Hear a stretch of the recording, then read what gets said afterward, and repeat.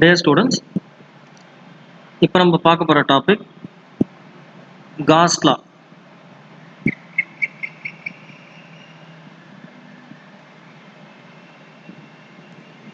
So cos law எப்படி நம்ம derive பண்ண போகிறோம், காஸ் லா வந்து எப்படி அப்ளை பண்ணுறது, அதாவது அதனுடைய சேலியன் பாயிண்ட்ஸை டிஸ்கஷன். ஸோ இது ரெண்டும் நம்ம இன்றைக்கி பார்க்கலாம். ஃபஸ்ட்டு காஸ் லா எதனுடைய கண்டினியூவேஷன் அப்படின்னு பார்த்தீங்கன்னா electric flux.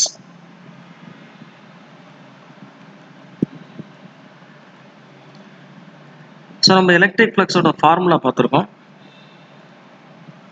Closed integral EdA cos theta அல்லது E vector dot dA vector. Definition அப்படின்னு பார்த்தீங்கன்னா it's the number of lines or electric field lines which pass through or cross through a given area kept normal to the field lines. அதில் நீங்கள் consider பண்ணுற area வந்து ஒரு 3 dimensional ஏரியாவாக இருந்துச்சு அப்படின்னா, surface மாதிரி இருந்துச்சுன்னா, you consider the field lines entering into the surface to produce negative flux and the field lines which leave the surface to produce positive flux. So இதுதான் வந்து நம்ம ஃப்ளக்ஸில் பார்த்தது. இப்போது இந்த ஃப்ளக்ஸ் கான்செப்ட் யூஸ் பண்ணி காஸ் லாவை நம்ம டெரைவ் பண்ண போகிறோம். In fact cos law relates the electric flux and the charge or charge distribution that is present inside an imaginary surface. First of all, we will consider a simple scenario of a point charge having a positive magnitude. So ஒரு positive charge ஒன்று நம்ம plus Q னு வச்சோம். டெஃபினட்டாக இந்த சார்ஜ்லேருந்து உங்களுக்கு வந்து electric field lines உங்களுக்கு இதில் வரையலாம். நம்ம எலக்ட்ரிக் ஃபீல்டு இது ப்ரொடியூஸ் பண்ணும். சிம்பிள் கொஸ்டின், இது ப்ரொடியூஸ் பண்ணுற எலக்ட்ரிக் ஃபீல்டு யூனிஃபார்மா நான் யூனிஃபார்மா? ஓகே, ஸோ இது ப்ரொடியூஸ் பண்ணுற எலக்ட்ரிக் ஃபீல்டு வந்து யூனிஃபார்ம் மாதிரி நமக்கு தெரியும், அது மாதிரி நம்ம திங்க் பண்ணுவோம். ஆனால் இது வந்து ஒரு நான் யூனிஃபார்ம் எலக்ட்ரிக் ஃபீல்ட். ஏன் அப்படின்னு பார்த்தீங்கன்னா, நீங்கள் இந்த பர்டிகுலர் சார்ஜை சுற்றி நீங்கள் ஒரு ஸ்பெரிக்கல் சர்ஃபேஸை இமேஜின் பண்ணிக்கோங்களேன். இந்த மாதிரி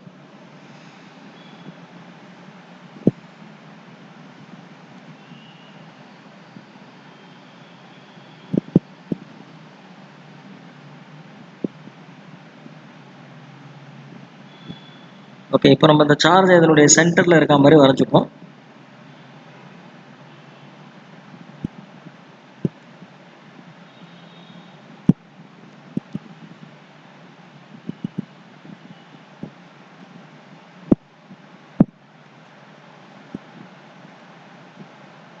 ஓகே,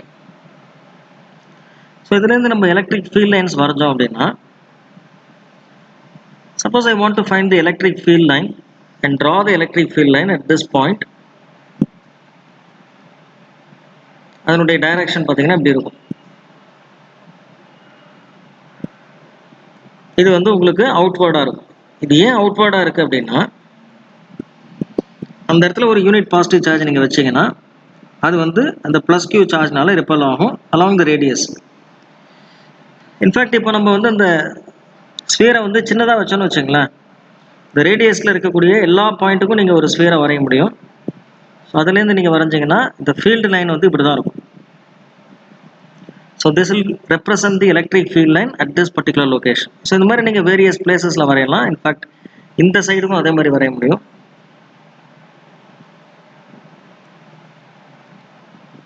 இன்ஃபேக்ட் நீங்கள் ஒரு ஒரு ஒரு ஃபியூ லைன்ஸ் மட்டும் நம்ம வரைவோம்.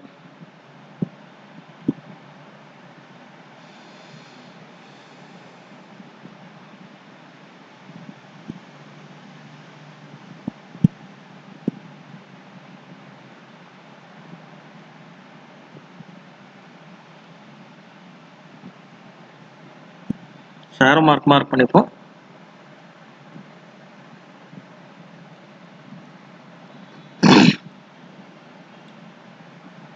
ஓகே, ஸோ இந்த மாதிரி நீங்கள் எல்லா இடத்துலையும் வரையலாம் நீங்கள். ஸோ இதை சுற்றி நீங்கள் பார்த்தீங்கன்னா இந்த சார்ஜை சுற்றி நீங்கள் countless number of field lines நீங்கள் வரையலாம். இப்போ இந்த பர்டிகுலர் சர்ஃபேஸ் வழியாக எவ்வளவு field lines, number of field lines நீங்கள் கவுண்ட் பண்ணுறது அப்படின்னா ஃபிசிக்கலாக கவுண்ட் பண்ணி ஃப்ளக்ஸை கால்குலேட் பண்ணக்கூடாதுன்னு நான் ஏற்கனவே சொல்லியிருக்கேன். ஏன் அப்படின்னு கேட்டிங்கன்னா நீங்கள் எவ்வளோ வேணால் ஃபீல்ட் லைன்ஸ் நீங்கள் வரையலாம், ரைட்டா? ஸோ நீங்கள் அந்த லைனுடைய உங்களுக்கு அந்த திக்னஸ் வந்து ரொம்ப மெல்லிஸாக வரைஞ்சிங்கன்னா நீங்கள் நிறைய லைன்ஸ் அதில் வரைய முடியும். கொஞ்சம் திக்கான ஒரு டிராயிங் இன்ஸ்ட்ருமெண்ட் வச்சு வரைஞ்சிங்கன்னா கொஞ்சம் தான் வரைய முடியும். ஸோ அதனால் அது வந்து ஒரு சென்ஸை தான் உங்களுக்கு ஐடியாவை தான் கொடுக்குமே தவிர ஆக்சுவல் நம்பரை கால்குலேட் பண்ணுறதுக்கு நீங்கள் ஃபார்முலா தான் யூஸ் பண்ணணும். இப்போ நம்ம இந்த பர்டிகுலர் ஸ்பெரிக்கல் சர்ஃபேஸ் இருக்குது பார்த்தீங்களா? ஸோ காஸ்லாம் அப்ளை பண்ணும்போது யூஸ்வலாக நம்ம என்ன பண்ணுவோம் அப்படின்னு கேட்டிங்கன்னா இந்த என்ன சார்ஜ் நம்ம எந்த சார்ஜுக்கு நம்ம எலக்ட்ரிக் ஃபீல்ட் கண்டுபிடிக்கணும்னு நினைக்கிறோமோ அல்லது எந்த சார்ஜ் டிஸ்ட்ரிபியூஷனுக்கு ஃபீல்டை நம்ம கண்டுபிடிக்கணும்னு நினைக்கிறோமோ அல்லது ஃப்ளக்ஸை கால்குலேட் பண்ணணும்னு நினைக்கிறோமோ ஸோ அதை சுற்றி வந்து அல்லது அதை என்க்ளோஸ் பண்ணுற மாதிரி ஒரு இமேஜினரி சர்ஃபேஸ் ஒன்று வரைவோம். அதுக்கு பேர் வந்து காசியன் சர்ஃபேஸ்ன்னு சொல்லிட்டு. ஸோ பொதுவாக அந்த காசியன் சர்ஃபேஸ் எப்படி வரையலாம் அப்படின்னு கேட்டிங்கன்னா காசியன் சர்ஃபேஸ்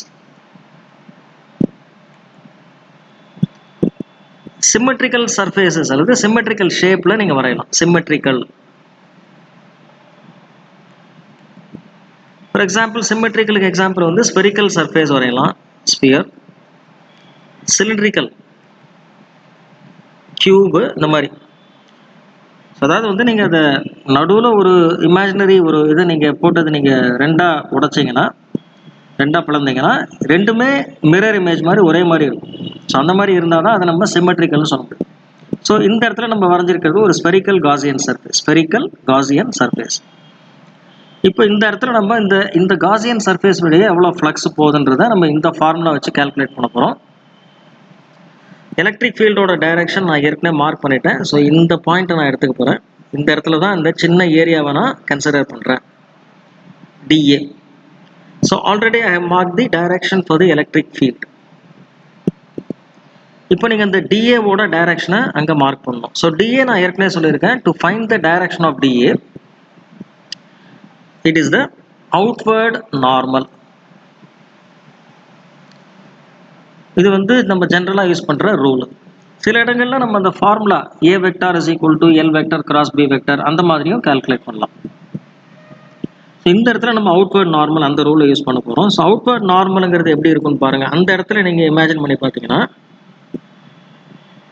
வெளிநோக்கி நம்ம வரையக்கூடிய ஒரு பர்பெண்டிகுலர் லைன். ஸோ அதை நான் கொஞ்சம் அட்ஜசண்ட்டாக வரைகிறேன்.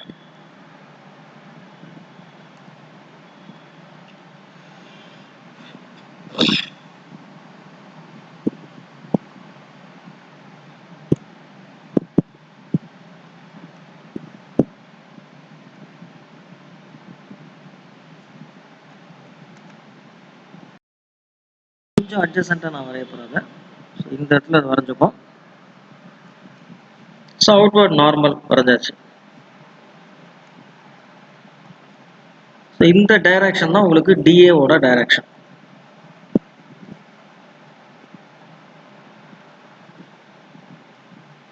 as you can see ரெண்டுமே ஒரே டைரக்ஷனில் இருக்குது. therefore theta is equal to 0.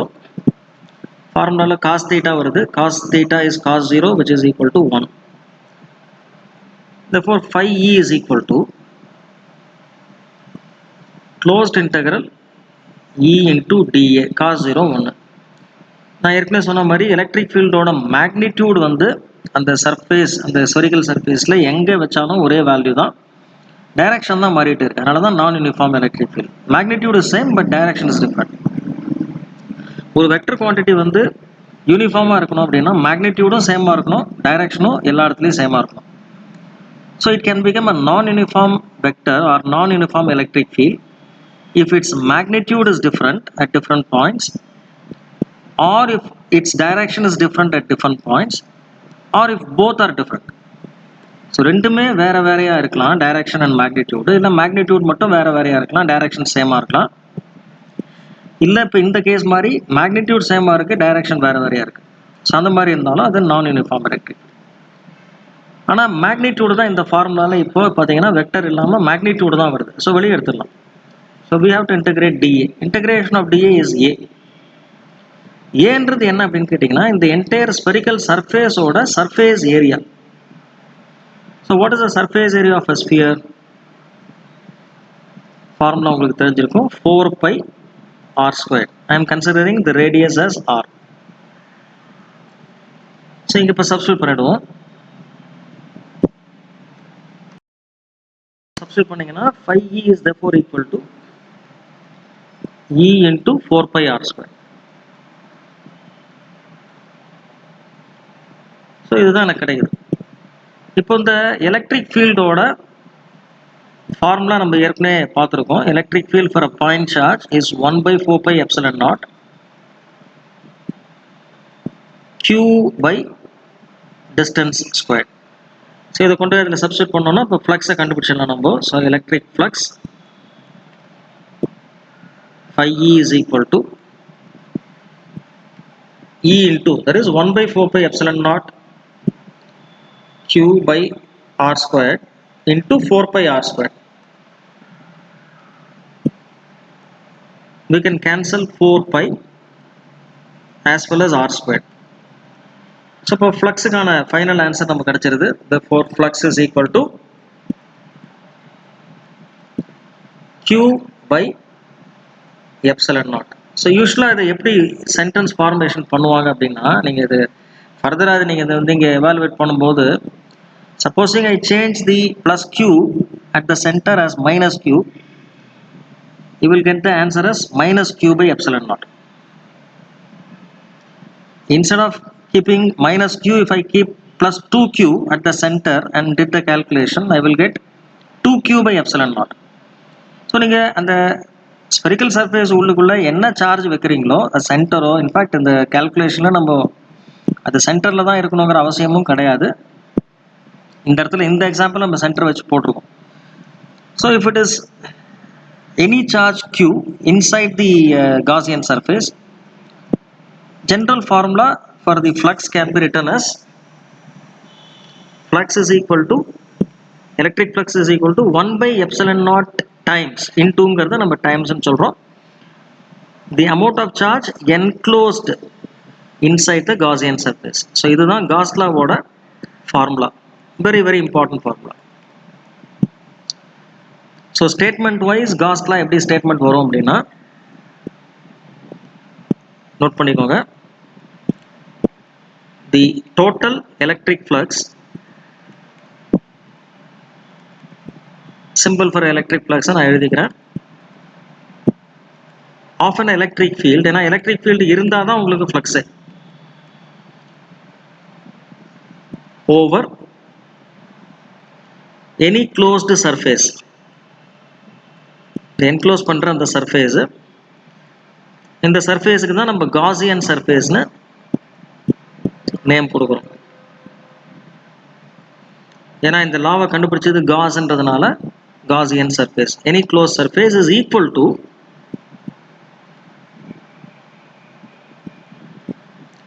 1 by epsilon naught times the net charge, total charge தான் net charge ன்னு சொல்றேன், enclosed, அதுதான் நம்ம q enclosed ன்னு எழுதுறோம், within that surface.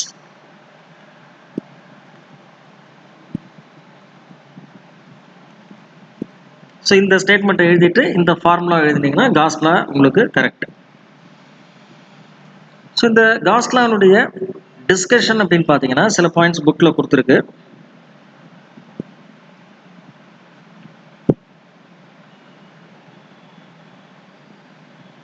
So discussion of Gauss law. First point பார்த்தீங்கன்னா, இந்த டோட்டல் எலக்ட்ரிக் ஃப்ளக்ஸ், அதாவது 5e நம்ம கால்குலேட் பண்ணுறோம் இல்லைங்களா, அது எதை டிபெண்ட் ஆகிருக்கும் அப்படின்னு கேட்டிங்கன்னா, it depends only on the charges enclosed by the surface. அதாவது அந்த சர்ஃபேஸ் காசியன் சர்ஃபேஸ்க்கு உள்ள, என்க்ளோஸ்னா உள்ளுக்குள்ளே இருக்குது, and the charges present outside the surface will not contribute to the flux. இப்போ இந்த டயக்ராம்லயே இந்த இடத்துல ஒரு சார்ஜ் இருக்குன்னு வெளியில ஒரு பிளஸ் 3q அப்படின்னு ஒரு சார்ஜ் இருக்குன்னு வைங்க. இப்போ நீங்க கால்குலேஷன் பண்ணும்போது ரைட் ஹேண்ட் சைடில் இருக்கிற அந்த காஸ் லாவோட 1/ε0 into q enclosedன்ற இடத்துல நீங்கள் வெறும் q தான் போடுவீங்க. ஏன்னா அந்த சர்ஃபேஸ் உள்ளுக்குள்ள வெறும் ஒரு ப்ளஸ் q மட்டும்தான் இருக்கு. அந்த ப்ளஸ் 3q வந்து காசியன் சர்ஃபேஸ்க்கு வெளியில் இருக்குது. So it will not contribute to the flux. அதனால் அந்த கால்குலேஷனில் எடுக்கக்கூடாது. ஒருவேளை இப்போ நான் அந்த வரைகிற காசியன் சர்ஃபேஸை கொஞ்சம் பெருசாக வரைகிறேன்னு வைங்க.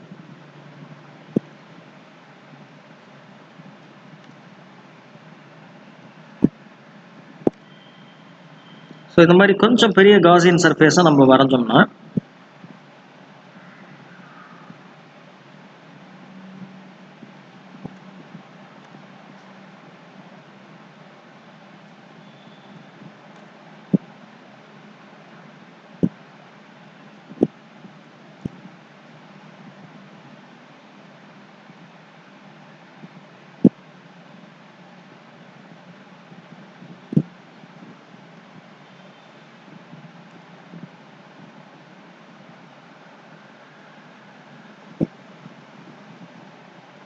ஸோ ப்ளஸ் 3q அந்த இடத்துல இருக்கு, சென்டரில் ப்ளஸ் q இருக்கு.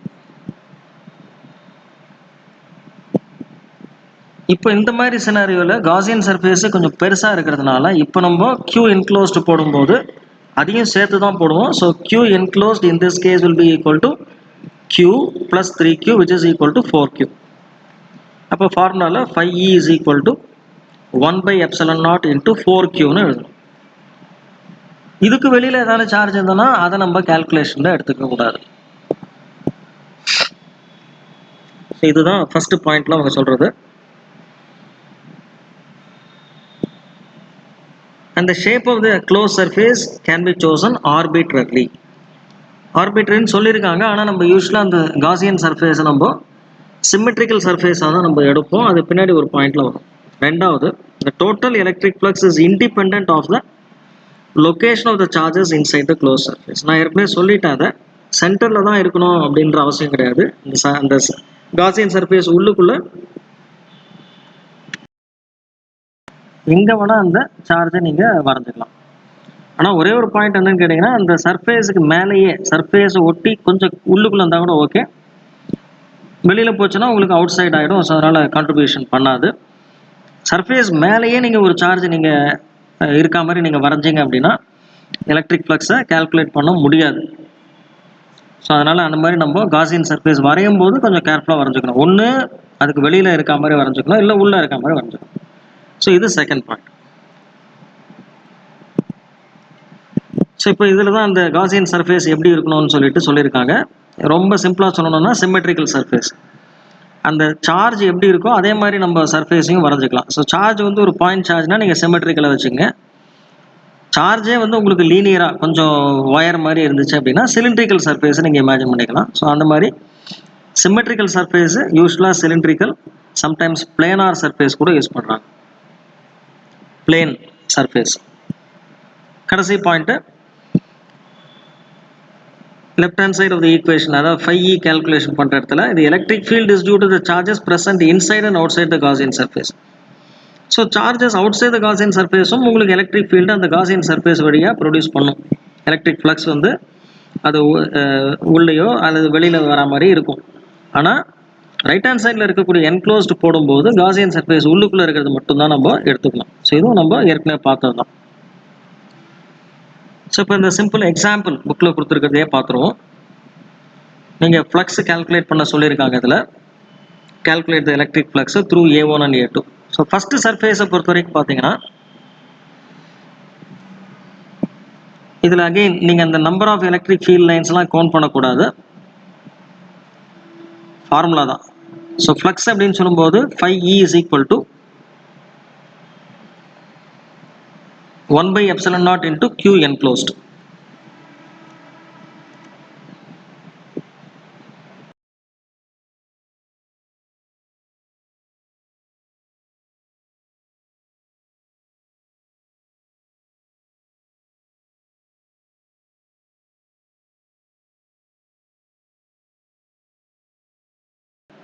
எந்த சார்ஜுமே இல்லை.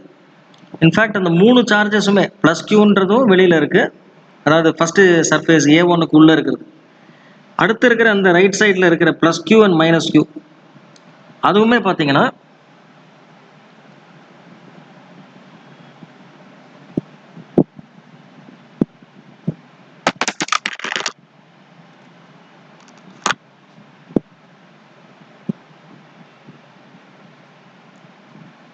ஸோ ஃபஸ்ட்டு சர்ஃபேஸை பொறுத்த வரைக்கும்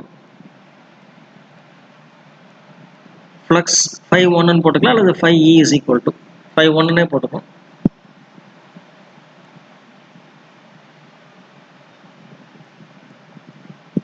one by epsilon naught into Q enclosed வந்து வெறும் கியூ தான். A2 பொறுத்த வரைக்கும் 5 is equal to 1 by epsilon naught into what is the charge inside A2 பார்த்தீங்கன்னா ஒன்றுமே இல்லை, 0, எல்லாமே வெளியில் இருக்குது. ஸோ ஆன்சர் வந்து ஃப்ளக்ஸ் 0. இப்போ இதில் 3 சார்ஜ் வந்து அந்த A2வை சுற்றி இருக்கு பாருங்க. ஒன்று இந்த ப்ளஸ் கியூ, ஒன்று அடுத்தது இந்த மைனஸ் கியூ, அடுத்தது இந்த ப்ளஸ் கியூ. இந்த 3 சார்ஜுமே அதுக்கு வெளியில் இருக்குது. இப்போ நம்ம அந்த ஃபஸ்ட்டு சார்ஜை மட்டும், அந்த ப்ளஸ் கியூன்றது மட்டும் எடுத்து அதனால் ஏன் ஃப்ளக்ஸு 0 ஆகுதுன்றதை நம்ம புரிஞ்சுப்போம். பார்த்தீங்கன்னா அதுலேருந்து எலக்ட்ரிக் ஃபீல்ட் லைன்ஸ் வரைஞ்சிருக்காங்க. அந்த எலக்ட்ரிக் ஃபீல்ட் லைன்ஸ் பார்த்தீங்கன்னா ஒரு 3 ஃபீல்டு லைன்ஸ் வந்து, அதாவது 1 2 3, இந்த 3 ஃபீல்ட் லைன்ஸும் உள்ளுக்குள்ளே வருது பாருங்க. ஸோ இந்த 3 நம்ம உள்ளுக்குள்ளே வரதுனால இந்த ஃப்ளக்ஸ் கேல்குலேஷன் போடும்போது the electric field lines that enter are taken as negative. அதே சமயத்தில் இந்த 3 ஃபீல்ட் லைன்ஸும் வெளியிலையும் போயிடுது பாருங்க. அதே ஃபீல்ட் லைன்ஸ் வந்து they leave the surface also. So அதனால் +3 டோட்டல் பண்ணிங்கன்னா 0. அதனால தான் charges outside the Gaussian surface do not contribute to the flux. Flux 0 தான் அப்படின்னு சொல்லி நம்ம சொல்கிறோம். So this is how we calculate the flux and use it for the Gauss law. ஸோ Gauss lawவோட ஸ்டேட்மெண்ட் அப்படின்னு பார்த்தீங்கன்னா ஃப்ளக்ஸை நீங்கள் முதல்ல கால்குலேட் பண்ணிக்கணும். ஃப்ளக்ஸை கால்குலேட் பண்ணுறதுக்கு இந்த ஃபார்முலாவை யூஸ் பண்ணணும். இந்த ஃப்ளக்ஸ் எதுக்கு ஈக்குவல் அப்படின்னு கேட்டிங்கன்னா 1 by epsilon naught times the total net charge enclosed by the Gaussian surface.